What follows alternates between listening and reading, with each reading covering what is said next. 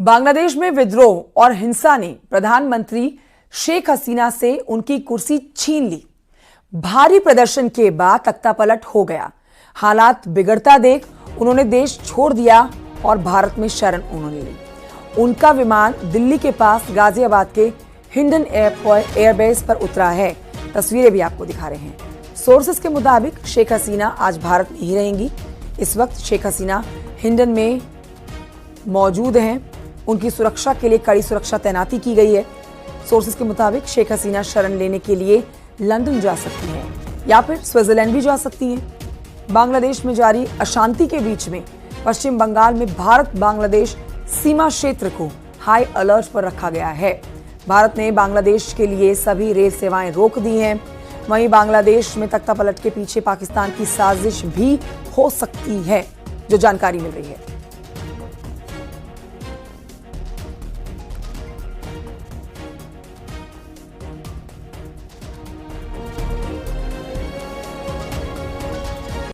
और आइए आपको ग्राफिक्स के जरिए समझाने की कोशिश करते हैं कि बांग्लादेश की पूर्व पीएम शेख हसीना के पास अब क्या विकल्प बचे हैं। चूंकि उन्होंने भारत में शरण ले रखी है, तो आपके लिए जानना जरूरी है कि उनके पास विकल्प आगे के लिए क्या है। पहला, लंदन में राजनीतिक शरण वो ले सकती हैं। दूसरा ऑप्शन उनके पास है फिनलैंड जा सकती हैं या फिर स्विट्जरलैंड में भी वो शरण ले सकती हैं। तीसरा विकल्प, राजनीति से संन्यास ले सकती हैं। चौथा, भारत की मध्यस्थता से वापसी का रास्ता भी बन सकता है बांग्लादेश का शेख हसीना के लिए।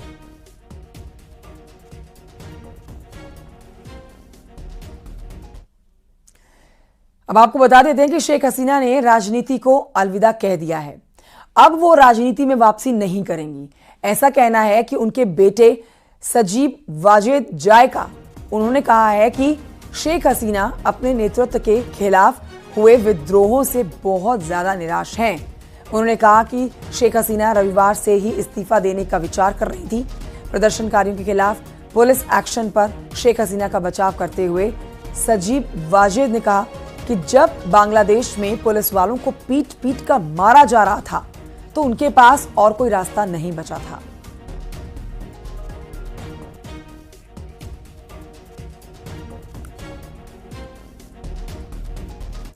तो शेख हसीना ने पीएम पद से इस्तीफा दे दिया है। उन्होंने बांग्लादेश भी छोड़ दिया है। अब सवाल है कि आगे क्या होगा। उन्होंने बांग्लादेश अभी भी जो वहां छोड़ा है, वहां पर अशांति बनी हुई है। वहां लोग अभी भी प्रदर्शन कर रहे हैं। चारों तरफ हाहाकार मचा है। दिखाते हैं आपको रिपोर्ट और समझाते हैं आपको बांग्लादेश के हालात इस रिपोर्ट के जरिए।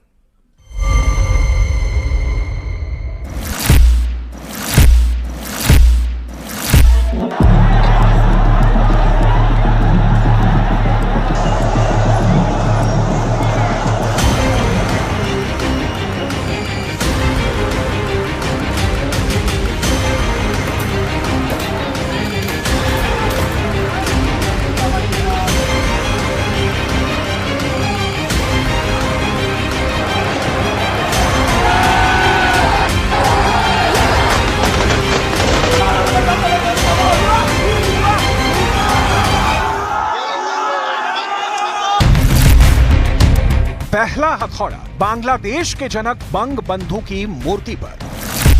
दूसरा हथौड़ा बांग्लादेश के लोकतंत्र पर। तीसरा हथौड़ा बांग्लादेश की समूल व्यवस्था पर। चौथा हथौड़ा शेख हसीना सरकार पर। तस्वीरें हिला देने वाली हैं। बांग्लादेश के 53 सालों के इतिहास में ऐसा कभी नहीं हुआ। राजधानी ढाका को फूंक दिया गया। हजारों की तादाद में लोग सड़कों पर उतर आए। हिंसा का तांडव जारी है।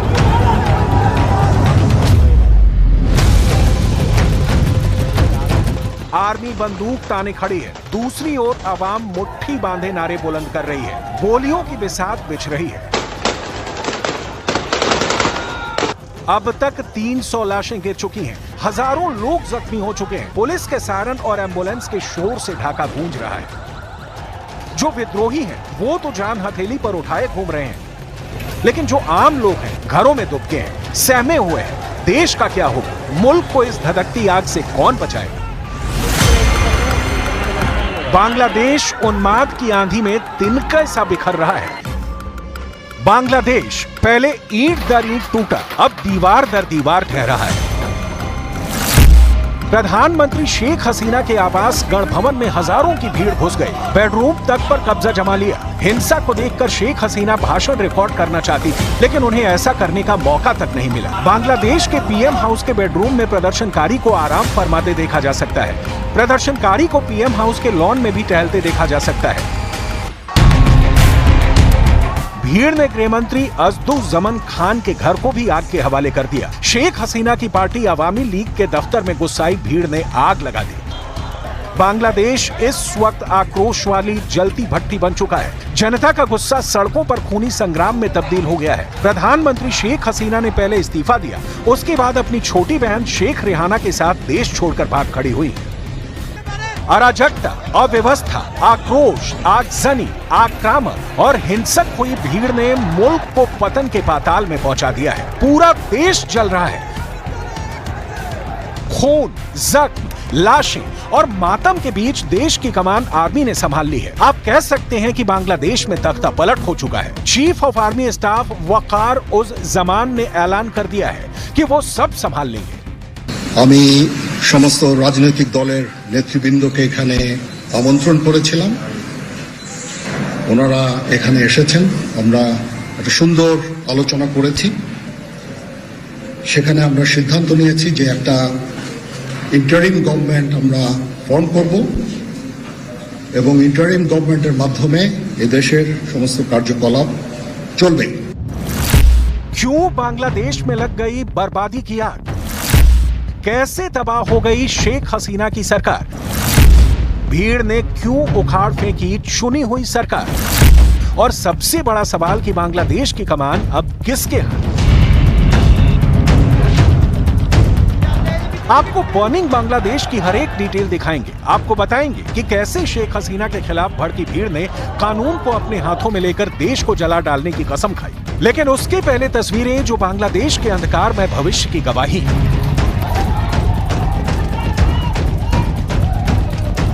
प्रदर्शनकारियों ने कई अहम रास्तों पर भी कब्जा कर लिया है। इंटरनेट को पूरी तरह से बंद कर दिया गया है। इस बीच मुख्य विपक्षी पार्टी बीएनपी के कार्यकर्ता बड़ी संख्या में सड़कों पर उतर आए हैं, जो आवामी लीग के कार्यकर्ताओं को निशाना बना रहे हैं। जब प्रदर्शनकारी स्टूडेंट्स अगेंस्ट डिस्क्रिमिनेशन के परचम तले आयोजित असहयोग कार्यक्रम में भाग लेने पहुंचे, आवामी लीग, छात्र लीग और जुबो लीग के कार्यकर्ताओं ने उनका विरोध किया, जिसके बाद दोनों पक्षों के बीच झड़प हुई। राजधानी ढाका सहित देश भर में सेना तैनात कर दी गई है। सड़कों से पुलिस को हटा दिया गया है।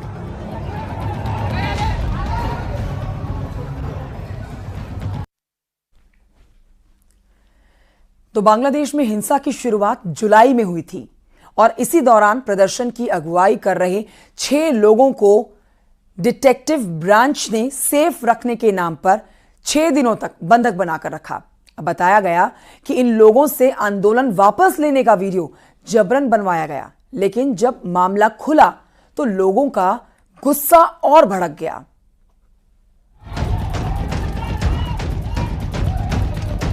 देश भर में कर्फ्यू लगा दिया गया है। स्कूल, कॉलेजों और मार्केटों में 3 दिन की छुट्टी का ऐलान कर दिया गया है।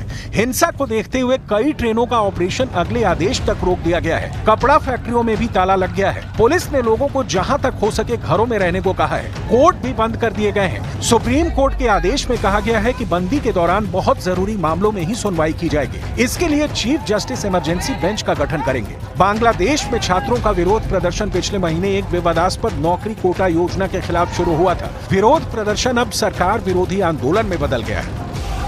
आंदोलनकारियों ने नरसिंहगढ़ी जिले में शेख हसीना की पार्टी आवामी लीग के 6 कार्यकर्ताओं को मॉब लिंचिंग कर मार डाला। रिपोर्ट्स के मुताबिक दोपहर में प्रदर्शनकारियों ने जुलूस निकाला था, जिससे आवामी लीग के कार्यकर्ता नाराज हो गए।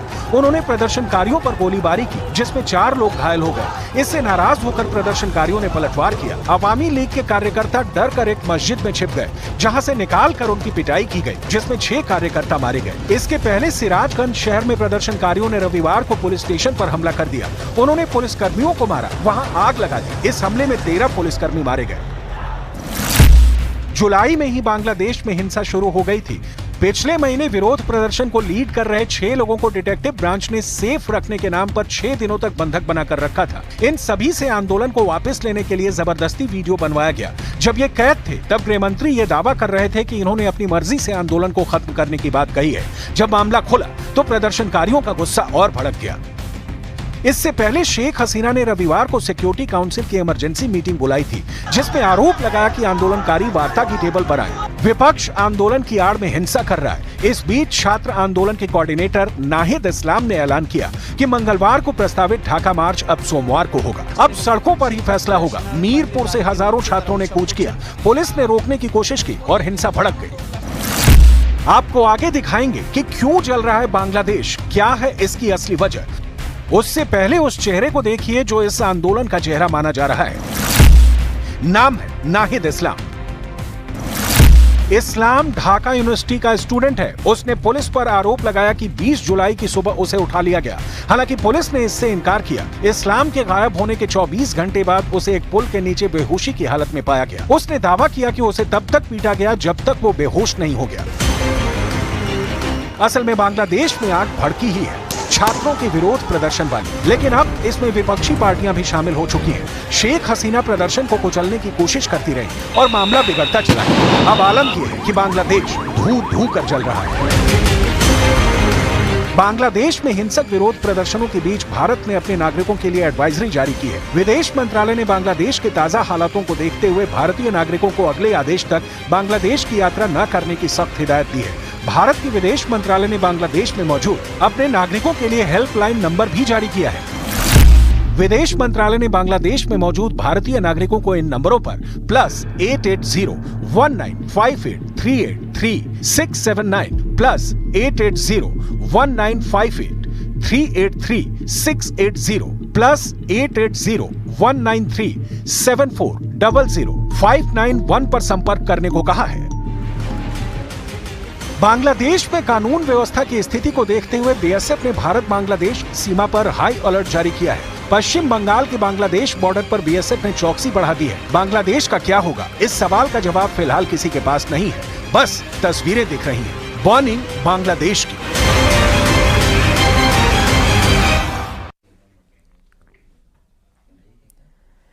आखिर बांग्लादेश में हालात इतने खराब कैसे हो गए? इसके पीछे पाकिस्तान की बदनाम खुफिया एजेंसी आईएसआई की साजिश हो सकती है। हो सकता है कि इस तख्तापलट के पीछे चीन का भी हाथ हो, क्योंकि शेख हसीना की भारत से अच्छी दोस्ती के कारण दखल नहीं दे पा रहा था चीन।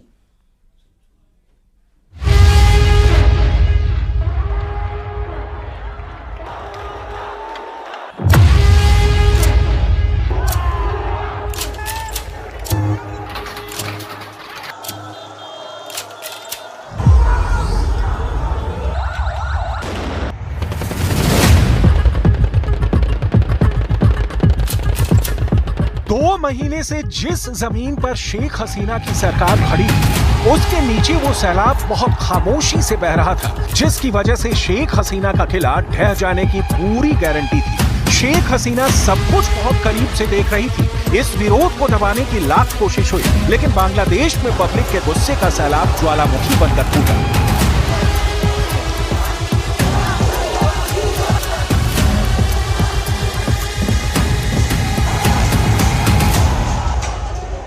बांग्लादेश की प्रधानमंत्री शेख हसीना को अपना मुल्क छोड़कर जाना पड़ा।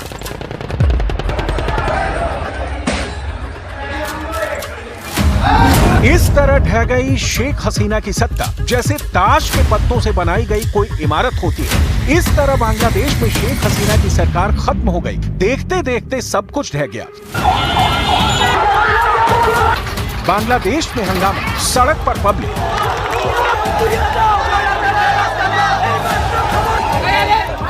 सिस्टम की नाकामी से भड़के नौजवान।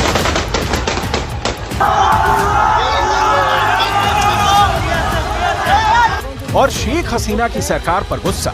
सब कुछ समानांतर चलता रहा।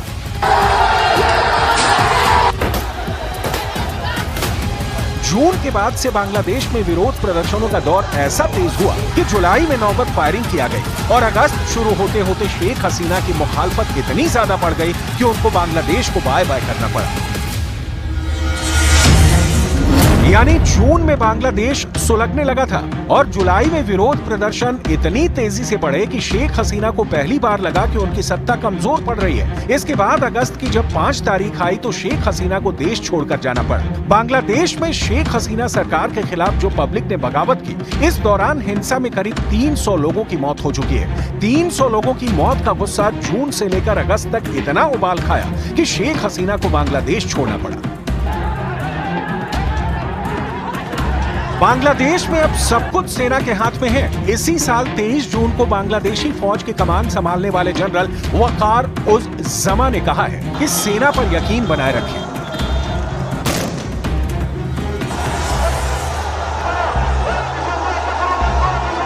আপনারা সেনাবাহিনীর প্রতি আস্থা রাখেন, সশস্ত্র বাহিনীর প্রতি আস্থা রাখেন।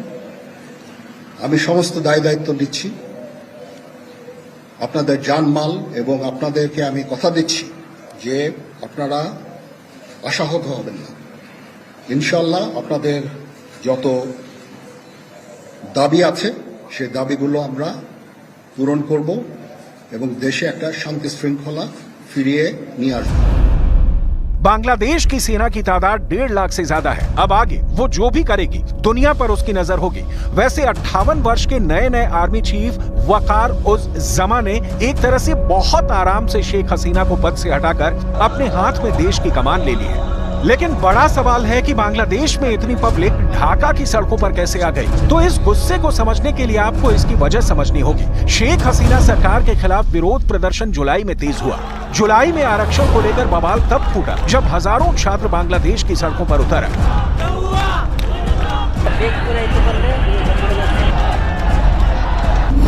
मुद्दा 1971 में बांग्लादेश की आजादी के लिए लड़ने वाले लोगों के रिश्तेदारों को सिविल सेवा में आरक्षण का रहा। विरोध देखकर सरकार ने ज्यादातर कोटा वापस ले लिया, लेकिन छात्रों ने विरोध प्रदर्शन जारी रखा। जुलाई महीने में हुई हिंसा में ही 200 से ज्यादा लोग मारे गए। इनमें से कई लोगों की मौत पुलिस की फायरिंग में हुई थी। 2 हफ्तों के दौरान करीब 10,000 लोगों को हिरासत में लिया गया।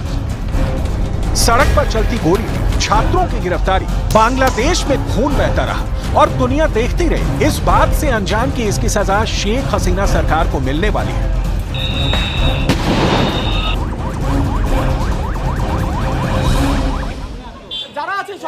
সবাইকে জানিয়ে দেন আমরা এখানে আছি, আমাদেরকে হারিয়ে যেতে দিয়েন না। সরকার এটা বলতে পারে যে রাজনৈতিকীকরণ করা হচ্ছে, যেখানে প্রথম থেকেই আমরা বলছি যে আমরা সাধারণ শিক্ষার্থী, আমরা চাচ্ছি যে একটা দেশে কিভাবে, এটা তো একটা ন্যূনতম কমন সেন্সের ব্যাপার যে একটা দেশের 100%-এর মধ্যে 56% কখনো কোটা থাকতে পারে না, কখনো থাকতে পারে না। কোনো সুস্থ একটা দেশে, সুস্থ সমাজ ব্যবস্থায় কখনো 56% কোটা এটা মেনে নেওয়ার মতো না।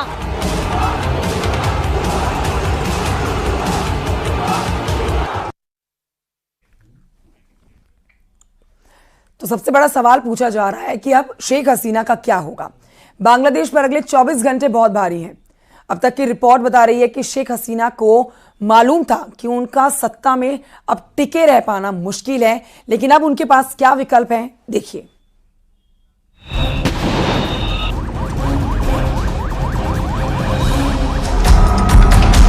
ये भीड़ किसी भी कीमत पर प्रधानमंत्री शेख हसीना का इस्तीफा चाहती थी। जुलाई में जबरदस्त हंगामे और हिंसा के बाद अगस्त में शेख हसीना को पद छोड़ना पड़ा और देश में शेख हसीना को अपनी सरकार जाते हुए नजर आ रही थी, ठीक वैसे ही जैसे ताश के पत्तों की इमारत ढह जाती है। इसीलिए शेख हसीना ने हिंसा को खत्म करने के लिए छात्र नेताओं से बिना शर्त बातचीत की पेशकश की थी। शेख हसीना ने कहा था कि मैं आंदोलनकारी छात्रों के साथ बैठकर बात करना चाहती हूँ, मैं कोई संघर्ष नहीं चाहती। জনগণকে জানাচ্ছি আপনারা অতি শীঘ্রই নেমে আসুন, আপনাদের সন্তানদেরকে বাঁচান। আপনাদের আমাদের আপনার নাম বলেছে কি বলেছে আন্দোলন করছে না। छात्र नेताओं ने शेख हसीना के इस्तीफे की मांग को लेकर सविनय अवज्ञा आंदोलन का ऐलान किया। उन्होंने लोगों से अपील की कि वो टैक्स और दूसरे सरकारी बिल जमा न करें। इसके अलावा फैक्ट्री, सरकारी दफ्तरों को बंद करने की अपील की गई। ये गुस्सा इसलिए भी रहा क्योंकि बांग्लादेश की प्रधानमंत्री शेख हसीना प्रदर्शनकारी छात्रों को आतंकवादी करार दे चुकी थी। All the misrule and misdeed and terrorist activities and corruption, nepotism, so people rejected them. Right. That is the main. But when Awami League again come back to power, we work for country's development. Bangladesh में 4 जुलाई को national security council की बैठक हुई। इस बैठक में शेख हसीना ने प्रदर्शनकारियों से कड़ाई से निपटने का निर्देश दिया था। बैठक में कहा गया कि प्रदर्शनकारी आंदोलन के दौरान आतंकी हमला करना चाहते हैं। छात्र संगठनों ने भी आरोप लगाया कि सरकार इस चेतावनी के बहाने उन पर जुल्म करने के लिए तैयार हो चुकी है। इसी